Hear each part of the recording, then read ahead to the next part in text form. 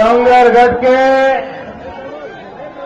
उत्साही नागरिक भाई और बहनों,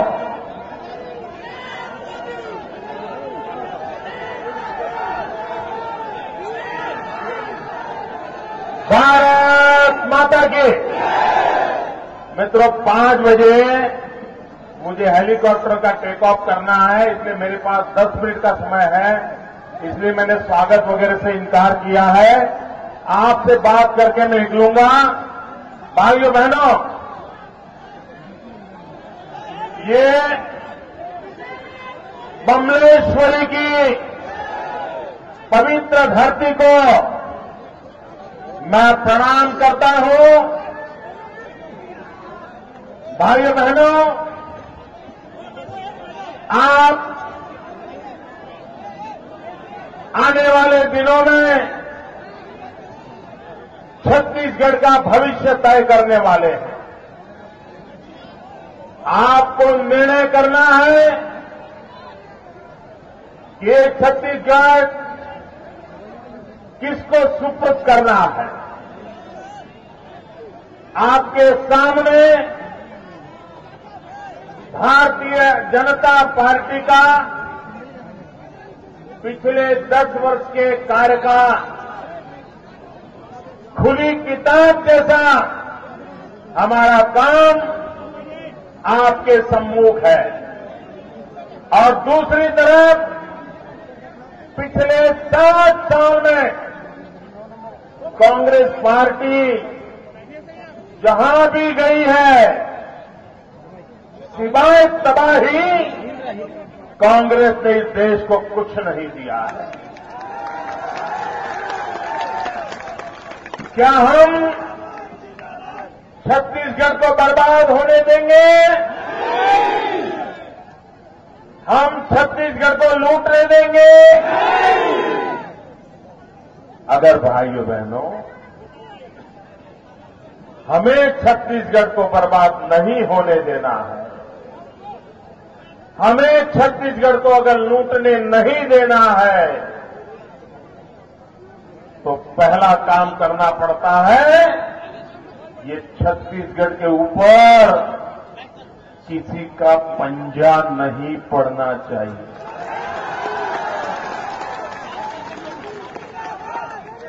कोई पंजा पड़ा नहीं कि छत्तीसगढ़ बर्बाद हुआ नहीं। भाइयों बहनों, ये गरीबों के नाम पर वोट लूटने वाले, मैं आज उनको सार्वजनिक रूप से सवाल करता हूं। कांग्रेस पार्टी जवाब दे। हमारे देश में गरीबों के कल्याण के लिए एक 20 सूत्री कार्यक्रम चलता है और भारत सरकार हर 3 महीना उसका लेखा जोखा करती है और फिर किस राज्य ने कैसा काम किया उसका हिसाब किताब लगाती है। भाइयों बहनों, पिछले 10 साल का हिसाब देख लीजिए। केंद्र में बैठी हुई कांग्रेस की सरकार घोषित करती है कि हिंदुस्तान में गरीबों की भलाई के लिए जो 20 सूत्री कार्यक्रम चलते हैं, अगर कहीं अच्छे से अच्छा काम होता है तो वो भाजपा शासित राज्यों में होता है, छत्तीसगढ़ में होता है, मध्य प्रदेश में होता है, गुजरात में होता है। मित्रों, कांग्रेस की एक भी सरकार गरीबों की भलाई के लिए जो 20 सूत्री कार्यक्रम है उसकी अमलवारी करने में 1 से 10 में भी कभी उनका नंबर नहीं लगता है। ये साफ बताता है कि कांग्रेस को गरीबों की भलाई में रस नहीं। कांग्रेस को गरीबों से वोट बटोरना यही उनका काम रहा है। भाइयों बहनों, ये कांग्रेस पार्टी जिसने वादे किए थे उन वादों को उन्होंने निभाया क्या? भाइयों बहनों, लोकसभा के चुनाव के समय मैडम सोनिया जी छत्तीसगढ़ में आई थी और उन्होंने कहा था 100 दिवस में महंगाई कम करेंगे। कहा था महंगाई कम करने का वादा किया था, उनके मैनिफेस्टो में लिखा था। वो आम सभा में बोलती थी, लोगों से महंगाई के नाम पर वोट मांगती थी। महंगाई कम हुई, महंगाई खत्म हुई, महंगाई बढ़ी। प्याज मिलता है क्या? टमाटर मिलता है क्या? आलू मिलता है क्या? पेट भर खाना मिलता है क्या? ये कांग्रेस पार्टी जिसने वादा किया था 100 दिन में महंगाई खत्म करेंगे, लेकिन महंगाई बढ़ती ही चली गई, बढ़ती चली गई। आज गरीब के घर में चूल्हा नहीं जलता है भाइयों। गरीब बच्चा रात रात भूखे पेट रोता रहता है, आंसू पी के सोता है। और मां अपने बच्चों को भूखा देख करके उसके लिए जीवन और मृत्यु सामने दिखता है। ये पाप करने वाली कांग्रेस, जिसने गरीब की थाली से रोटी छीन ली है। अरे रोटी छोड़ो, प्याज भी छीन ली है, प्याज भी।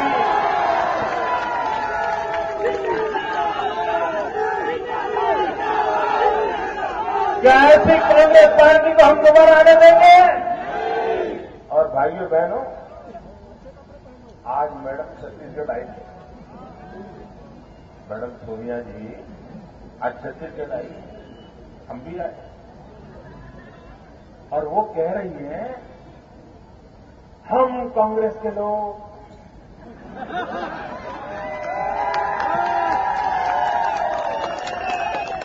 बड़ी बड़ी बातें नहीं करते हैं, घोषणाएं नहीं करते हैं, हम चुपचाप लोगों की सेवा करते हैं। ऐसा कहा, आप बड़ी बड़ी बातें नहीं करती हैं, आपकी पार्टी घोषणाएं नहीं करती है, सब चुपचाप करती है। करती है ना भाई? कोयला घोटाला चुपचाप किया कि नहीं किया? 2G घोटाला चुपचाप किया कि नहीं किया? खेतकुल में CWG घोटाला चुपचाप किया कि नहीं किया? सब चुपचाप। मैडम सही बोली, सही बोला। उन्होंने बिना वाजे गाजे के सब चुपचाप किया। चुपचाप चुपचाप इस देश को बर्बाद कर दिया भाई। आप बताइए ना, तो आज दिल्ली में आए दिन खबर आती है, हमारी माताएं बहनें सुरक्षित नहीं, आए दिन बलात्कार होते हैं, जुर्म होते हैं। और वो भी जहां मैडम सोनिया जी बैठे उनके नाक के नीचे हो रहा है। क्या उन पर भरोसा किया जा सकता है? जो आपको सुरक्षा दे न सके, उन पर भरोसा किया जा सकता है? जो आपको पेट भर खाना न दे सके, उन पर भरोसा किया जा सकता है? भाइयों बहनों, रुपये का क्या हाल हो गया? हिंदुस्तान का रुपया अस्पताल में आईसीयू में पड़ा है। रुपये की कीमत घटती जा रही है। दुनिया के बाजार में रुपये का कोई पूछने वाला बचा नहीं है।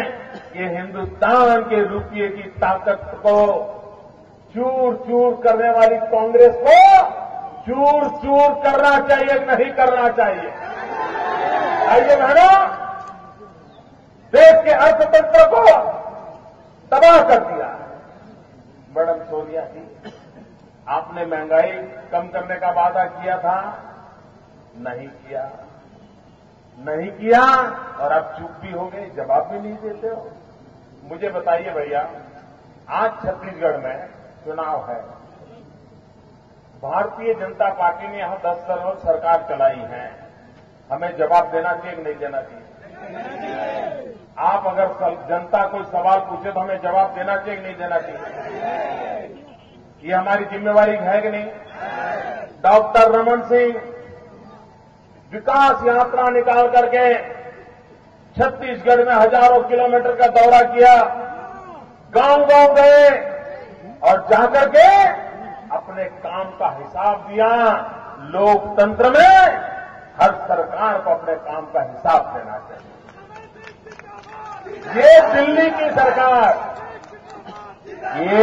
की सरकार आपको हिसाब देती है क्या?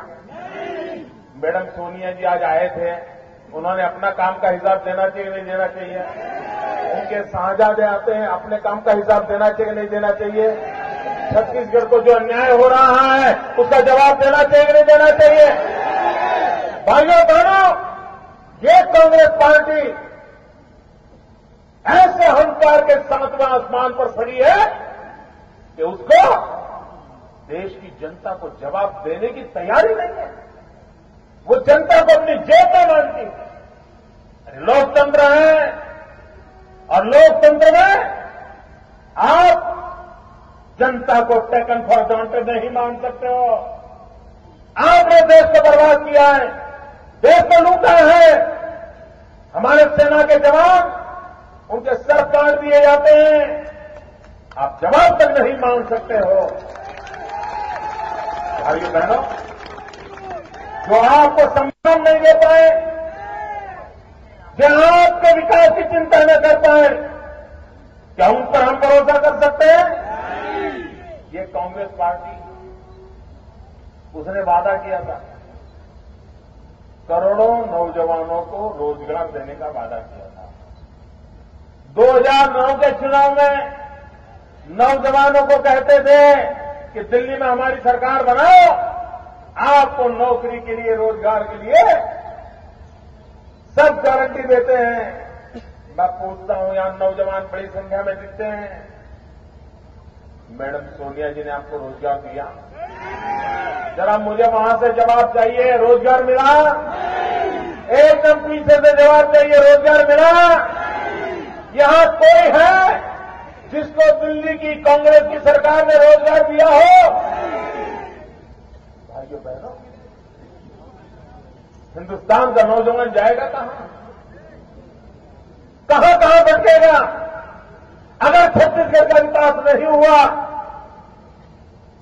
यहां का कृषि विकास अगर नहीं हुआ, यहां पर औद्योगिक विकास की नींव नहीं डाली गई, तो आने वाले दिनों में यहां का नौजवान रोजगार के लिए भटकता हुआ उसको पता नहीं कहां जाना पड़ेगा। क्या हम चाहते हैं कि हमारे नौजवान अपने बूढ़े मां बाप को छोड़ करके रोजी रोटी के लिए भटकते रहे? क्या हम चाहते हैं कि हमारे नौजवान अपने यार दोस्त, गांव, खेत, खलिहान छोड़ करके शहर की गंदी बस्ती में रह करके पेट भर रोटी के लिए भटकते रहे? क्या ऐसा हिंदुस्तान हम चाहते हैं? और इसलिए भाइयों बहनों मैं कहना चाहता हूं, और इसलिए मैं कहना चाहता हूं मित्रों, कि कांग्रेस पार्टी को आपके भविष्य की चिंता नहीं है। और मैं आज आपसे प्रार्थना करने आया हूं, आपको जिन मुसीबतों से गुजरना पड़ा, आपके पिताजी को, माताजी को, दादा को, दादी को जिस संकटों से जिंदगी गुजारनी पड़ी, क्या यहां बैठा हुआ कोई व्यक्ति चाहता है कि आपके संतान इसी मुसीबत से गुजरे? आप चाहते हैं कि आपके बेटे बेटी को भी यही तकलीफें झेलनी पड़े? कोई मां बाप नहीं चाहता। भाइयों बहनों, हर एक को अपने बच्चों के भविष्य की चिंता है। अगर आपकी चिंता कोई करेगा तो भारतीय जनता पार्टी करेगी। आपके बच्चों के भविष्य की चिंता कोई करेगा तो भारतीय जनता पार्टी करेगी। और इसलिए मैं आज कहने आया हूं भैया कि आप छत्तीसगढ़ के भविष्य का तय करते हो, उसमें आपके भविष्य का भी महत्व है। भाइयों बहनों, घर में बालक, बेटा हो या बेटी, 13 साल के होते हैं ना, तब तक तो पता नहीं चलता है कि बच्चा बड़ा हो रहा है। लेकिन जैसे ही 13 साल की उम्र में पहुंचता है,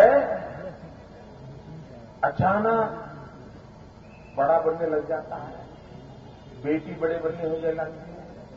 हर 2 महीने कपड़े छोटे पड़ जाते हैं, मां भी चिल्लाती है, अरे अभी तो कपड़े लाए थे, कपड़े छोटे हो गए।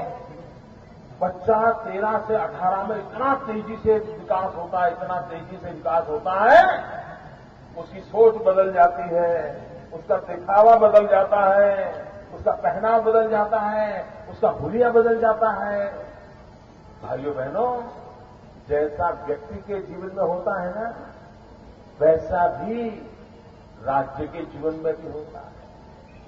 अब छत्तीसगढ़ 13 साल की उम्र को पार कर रहा है। अब छत्तीसगढ़ 13 साल की उम्र को पार कर रहा है। आने वाले 5 साल छत्तीसगढ़ में अत्यंत महत्वपूर्ण है। जैसे घर में बालक के जीवन में 13 से 18 का महत्व होता है, बेटी के जीवन के बदलाव में 13 से 18 का महत्व होता है, वैसा ही छत्तीसगढ़ के जीवन में 13 से 18 की उम्र का महत्व है। अगर ये उम्र गंवा दी तो फिर बूढ़े मां बाप को जीवन भर रोना पड़ता है। उसी प्रकार से छत्तीसगढ़ की ये 13 से 18 वाली उम्र को संभाल लिया तो आप देखना 100 साल तक कभी देखना नहीं पड़ेगा। और इसलिए भाई बहनों, ये 13 से 18 साल की उम्र में छत्तीसगढ़ की महत्वपूर्ण उम्र है, तेज गति से विकास की उम्र है। ऐसी उम्र में छत्तीसगढ़ किसके हाथ में देना है? भाइयों बहनों, आपको पता है जब छत्तीसगढ़ का जन्म हुआ, अटल बिहारी वाजपेयी जी ने छत्तीसगढ़ बनाया, तो सबसे पहले छत्तीसगढ़ किसके हाथ में गया था? क्या ऐसा खूनी पंजा फिर से चाहिए आपको? ऐसे समाज जीवन को तहस नहस करने वाले हाथ में छत्तीसगढ़ देना चाहते हो? वो 3 साल याद कीजिए, छत्तीसगढ़ को बर्बादी का मंजर देखना पड़ा था। ये तो छत्तीसगढ़ के लोगों की दीर्घदृष्टि थी कि उन्होंने रमन सिंह को चुन लिया और उस जालिम हाथों से छत्तीसगढ़ को बचा लिया और आज छत्तीसगढ़ खड़ा हो गया। भाइयों बहनों, फिर से गलती मत, गलती से भी किसी जालिम पंजे के हाथ में ये छत्तीसगढ़ मत जाने दे। भाइयों बहनों, मैं जानता हूं कितनी कठिनाइयों के बीच रमन सिंह ने छत्तीसगढ़ के भाग्य के लिए वो जिए हैं। छत्तीसगढ़ का ही उनका सपना रहता है। हमारी जब देश की मीटिंगें होती हैं, सभी मुख्यमंत्री रमन सिंह को सुनने के लिए आतुर होते हैं। माओवाद, नक्सलवाद, गोलियां, बारूद, इसके बीच में भी छत्तीसगढ़ की विकास की यात्रा को रुकने नहीं देना, कभी थकना नहीं, दिवस रात छत्तीसगढ़ के भविष्य को बनाए रखना, ये रमन सिंह ने सपना संजोया हुआ है। हम सब उनको सहाय करें, हम उन सबको उनको साथ दें, हम उनकी मदद करें। और भारतीय जनता पार्टी अटल बिहारी वाजपेयी ने जो छत्तीसगढ़ हमें दिया है, उस छत्तीसगढ़ को हिंदुस्तान का अव्वल राज्य बनाने का हमारा सपना है। छत्तीसगढ़ के हर इंसान को सुखी बनाने का हमारा सपना है। उस सुखी बनाने के सपने में आप मेरे भाइयों बहनों, भारतीय जनता पार्टी के कमल निशान पर बटन दबाइए, भारी मात्रा में मतदान करिए, भाजपा के हर प्रतिनिधियों को विजेता बनाइए और छत्तीसगढ़ का भविष्य उज्जवल गति से आगे बढ़े। इसी एक अपेक्षा के साथ मेरे साथ बोले, भारत माता की, भारत माता की। पूरी ताकत से बोलिए भैया, पूरे छत्तीसगढ़ को सुनाइए, भारत माता की, भारत माता की।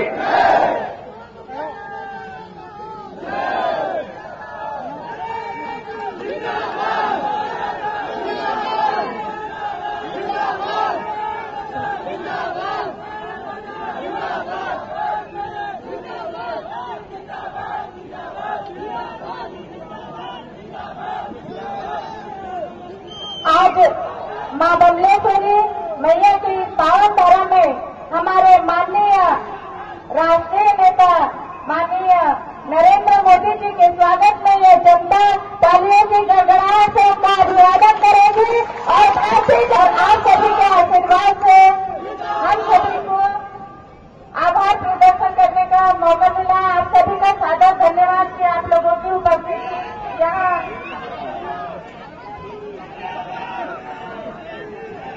धर्म नगरी डोंगरगढ़ में